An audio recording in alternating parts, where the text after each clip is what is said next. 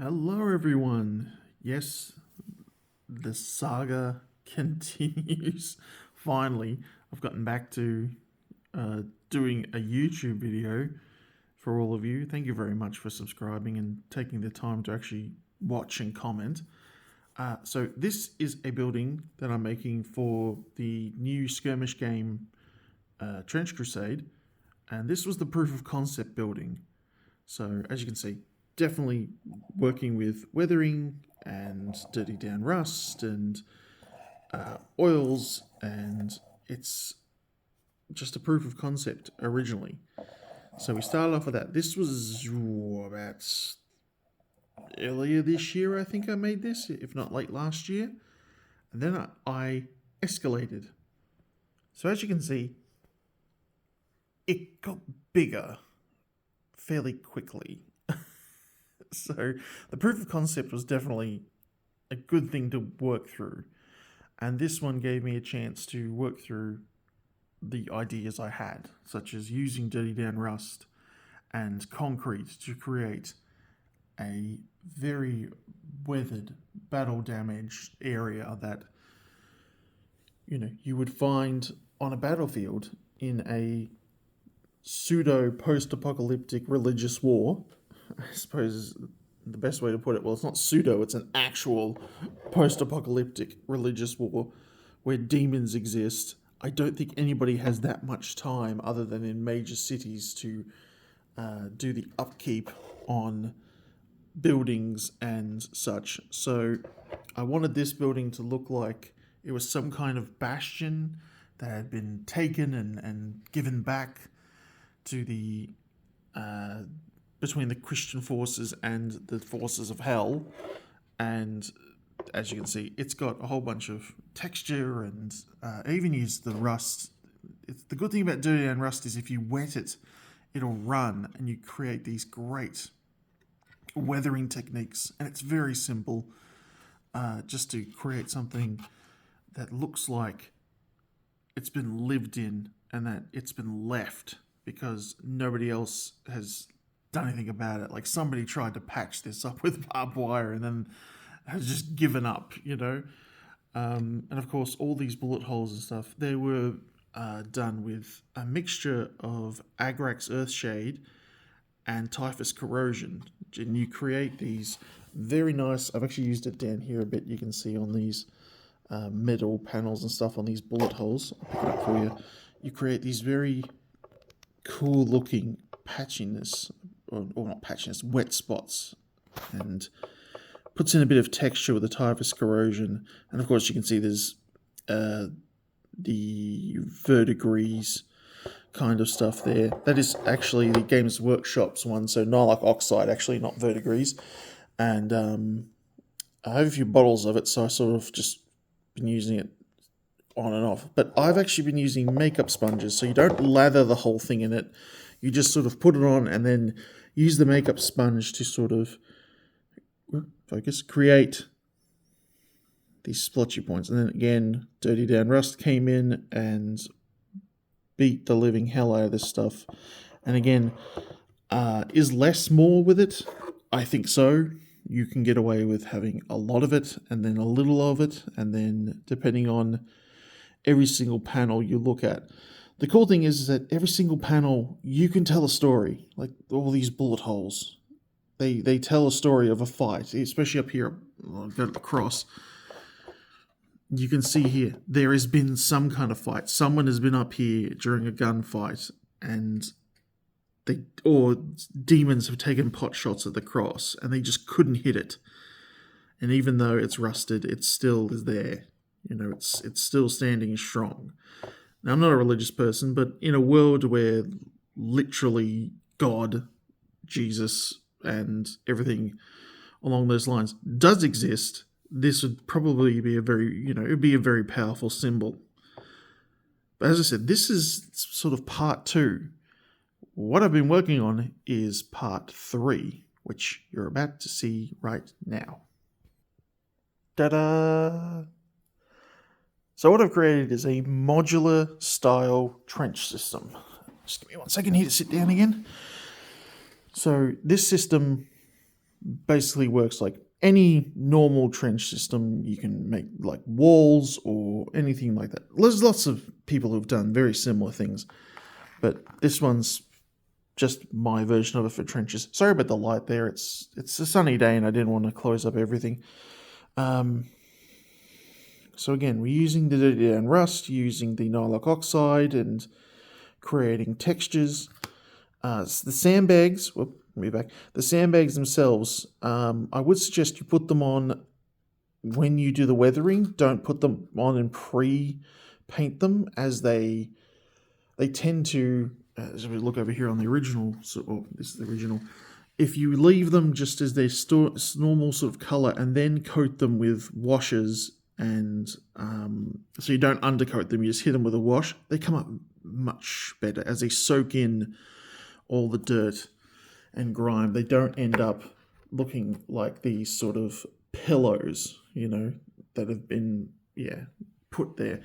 So I will suggest that. And because the grass tough, they're just a gamer grass beige. I think it's called spiky beige off the top of my head. Anyway. And then again, these are actually weathered. Well, first of all, let's start with what they're made out of. So you've got coffee grounds, which Midwinter Minis was suggested on one of his videos to use coffee grounds. And as you can see, they've come up with this beautiful, cracked, blown out looking surface. And it's just great. And again, you've got now the actual metal, even though I did undercoat and paint it, it actually is aluminium, or, you know, drinking cans. Just cut up, and I have a little 3D printed roller, and you roll them through to create the pattern. And you then can cut them up, bend them, as you can see, drill bullet holes in them, smash them to pieces, whatever you want to do. And it acts like real metal. Again, if you're young, get somebody's help with it, because you're cutting up a can, it'll definitely chop you up. So be careful, first of all. Well, last of all. And then all the wood is just balsa that's been chopped up to match. Yeah.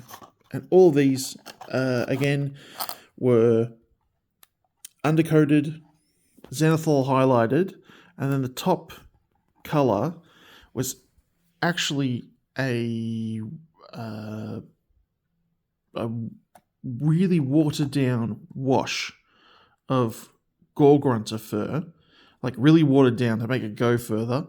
And while it's still wet, I splotted in another two colors. I'll go grab them actually. And we're back. Okay, so yes, Gore-grunter fur, contrast, as you can see, it's taken a hell of a shellacking, but I did water it down quite a bit.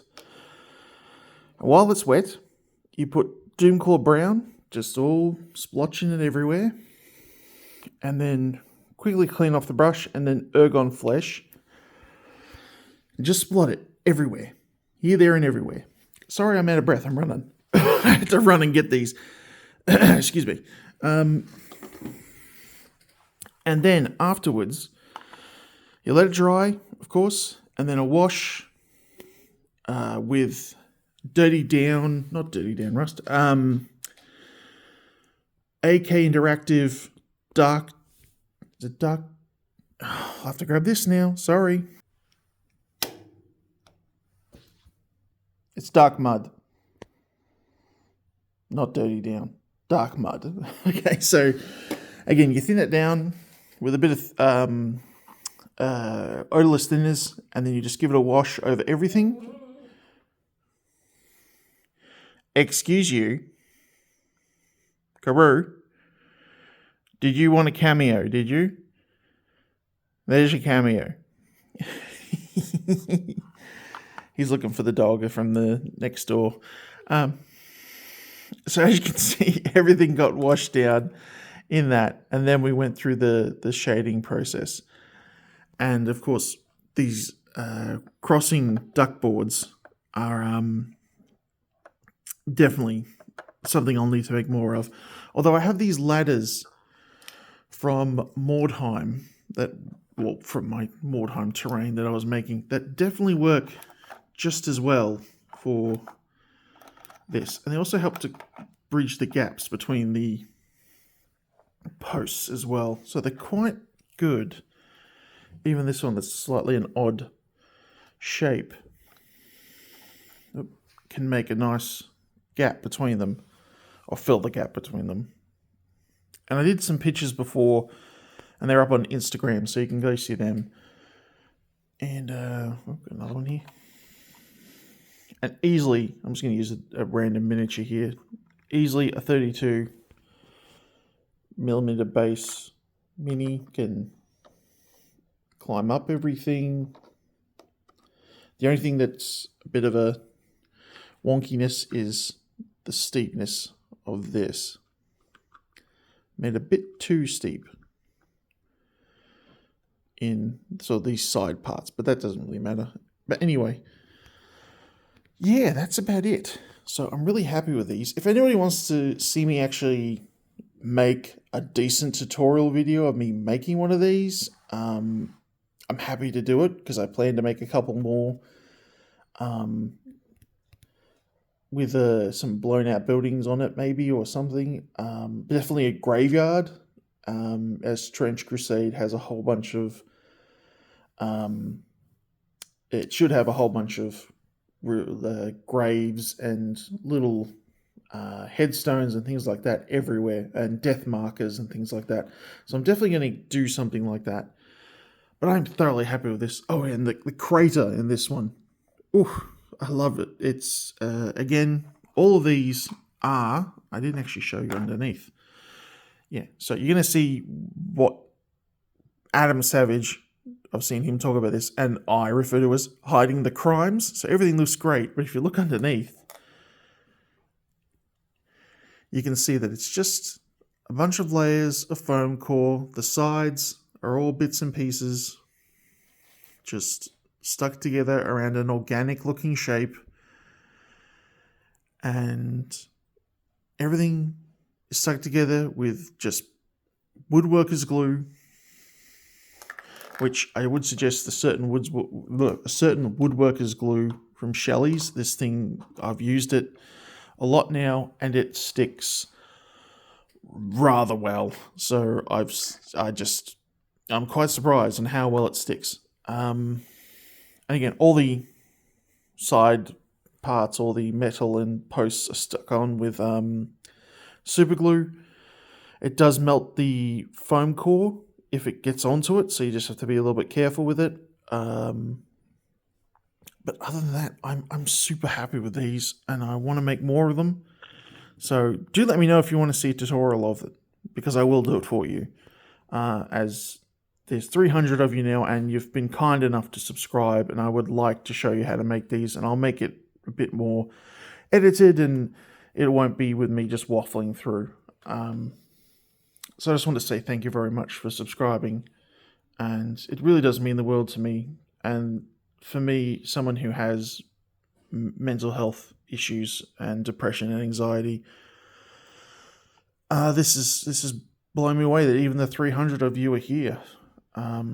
So I felt I needed to do this to say thank you.